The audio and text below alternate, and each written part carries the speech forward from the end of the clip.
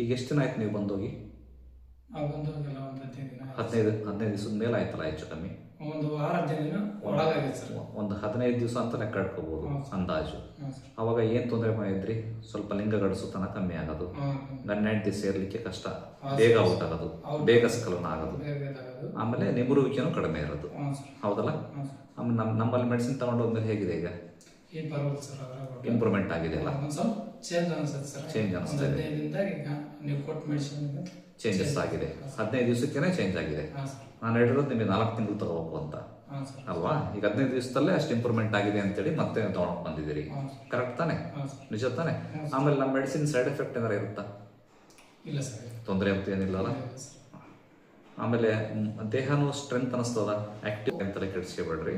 ಒಟ್ಟು ಸೇರ್ಲಿಕ್ಕೆ ಏನು ತೊಂದರೆ ಇಲ್ಲಲ್ಲ? ಈಗ ಒಳ್ಳೆ ಎಲ್ಲ ಕೆಲಸ ಮಾಡ್ಲಿಕ್ಕೂ ಆಕ್ಟಿವ್ ಆಗಿದ್ದೀರಿ, ಸೇರ್ಲಿಕ್ಕೂ ತೊಂದರೆ ಇಲ್ಲ, ನಿಮರುವಿಕೆ ಇಂಪ್ರೂವ್ಮೆಂಟ್ ಆಗಿದೆ, ಬೇಗ ಶೀಘ್ರ ಸ್ಖಲನೂ ಆಗ್ತಾ ಇಲ್ಲ ಈಗ, ಕರೆಕ್ಟ್ ತಾನೆ? ನಿಜ ತಾನೆ?